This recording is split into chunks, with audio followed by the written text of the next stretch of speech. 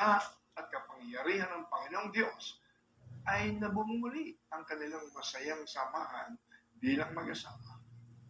Noong ang inyo pong lingkod ay nakipag-debate sa Kongreso bilang kinatawan ng Simbac Party List, hindi po tayo nagkulang na paalalahanan ng ating mga kapwa mambabatas na masama ang divorce para sa ating lipunan, para sa ating mga kababaihan, at para sa ating mga kabataan. Naman. Ang Panginoong Diyos mismo nagsabi sa Malakay chapter 2 verse 16 ng mga salitang, quote, I hate divorce, unquote.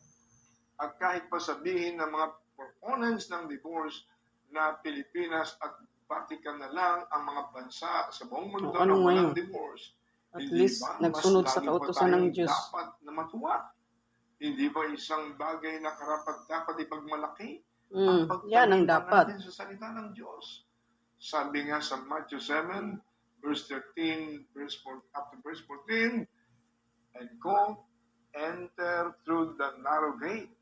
For wide is the gate, and broad is the road that leads to destruction. But many enter through it.